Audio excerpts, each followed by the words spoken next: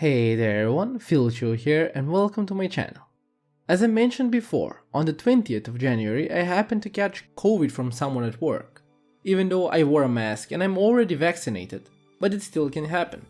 Luckily I managed to pass most of the serious symptoms, and I'm now left with my voice and throat which are a bit sore, and my taste which is quite messed up. Where, like for example, I can't eat some of the foods I ate before, because they taste really bad somehow. But I looked it up and saw that maybe my taste was damaged, so it will need a bit of time to repair itself and go back to normal. Which, to be honest, I really hope it goes back sooner. But we'll see.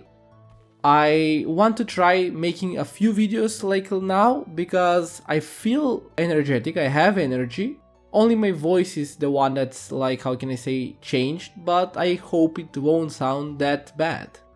So here's my first video after recovering, and I really apologize if I may sound a bit weird or stuffy with my voice, since I think I sound a bit weird, but we'll see. So without any further ado, let's begin.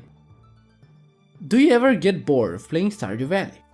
Maybe not, but after a while changing to another game can be a bit refreshing. Exploring different worlds and stories, and coming back to the world of Stardew Valley with a fresh mindset. There are a lot of games out there that are really interesting, and in today's video I will cover 5 games that you can play when you want to take a break from Stardew Valley. So let's begin! The first game that we have on our list is the popular and dark counterpart to Stardew Valley, which is Graveyard Keeper. I recently started a Let's Play series on it, and to be honest, the game is really dark. You are mysteriously transported to a world which you know nothing of, where all of the inhabitants are crazy, and you try to survive in this world and find a way back to your old one as well. The game has the basic farming mechanics that every farming sim has, but it has much more. As the name suggests, you're a graveyard keeper, and you're in charge of the local graveyard and church, where you're burying bodies, hold ceremonies, selling special meat to the nearby tavern, I'm not gonna say where that came from though, helping out runaway nobles, and even playing some games with the local crazed vampire hunters. So far I'm not that much into the game, but I'm amazed by the story, the Easter eggs, and even all of the residents in the game. I had so much fun in the world there, and there are so many funny moments and serious ones as well. There is a certain mystery covering the world, and you are set to uncover it slowly, where your aim is to go back to your old world and try to find your lover there.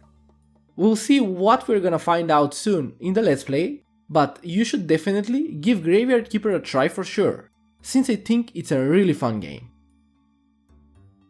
The second game that I wanted to mention is a bit of an oldie, and that is Project Zomboid. This game is also quite dark, where you find yourself in a quarantine town by the US military, where a mysterious virus has been spreading. The thing that the inhabitants don't know is that the virus is actually a zombie virus, and the cities have already fallen. You, as a survivor, try to get everything needed from food, to clothing, to medicine, to power and everything, in order for you to survive the situation. But you can't, as this is the story of how you died. Project Zomboid starts off with that premise, and is also a multiplayer where you will be trying to survive with friends, or you can play solo as well. Playing with friends in this kind of scenario is quite fun, seeing how everyone acts in this kind of scenario and like trying to survive as much as you can. Every time you die, you become a part of the horde, where you can go and fight your body with a new character that you made. There are a few zones that you can start, and the map is really huge. There's so much to do in the game, and to be honest, it's so dark knowing that once you get bitten, there's no going back. But the game is quite intricate and complex, having so many menus and things you won't know you need to do before you reach a couple of days in the game, needing to restart from scratch, while focusing on those parts on the new playthrough. You can Google around and see a lot of players explaining what you need to do in your first couple of days, but as a new player you won't know what to do. As the game is complex, it's also more fun and entertaining since it immerses you fully into the game, in your battle for survival. I played the game for a bit and I have to say that it's really interesting finding ways to survive, cultivate and gather food, and make your ideal base for survival.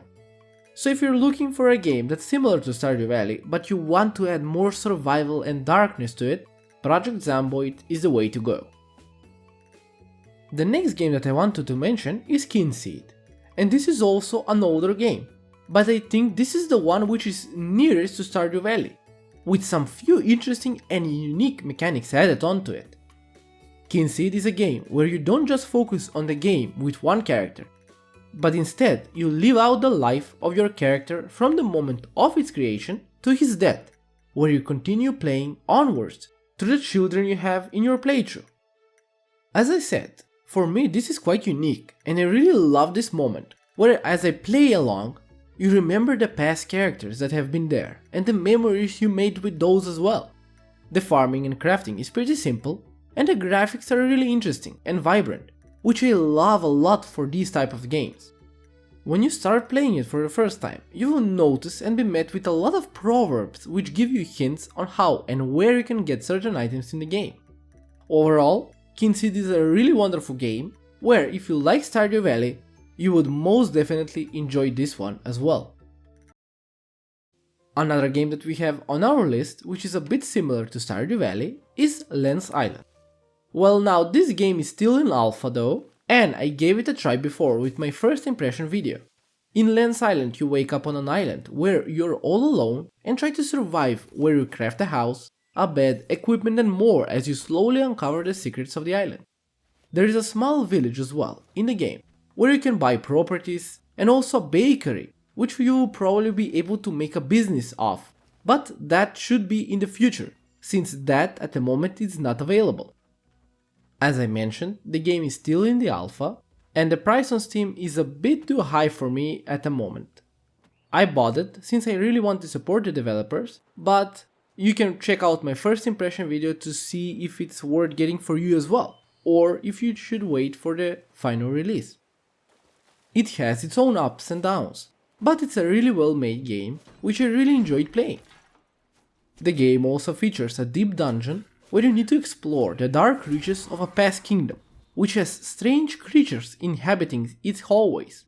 You need to slowly make your way downwards while lighting the poles so you can keep track of your progress and chase off the darkness that may surround you.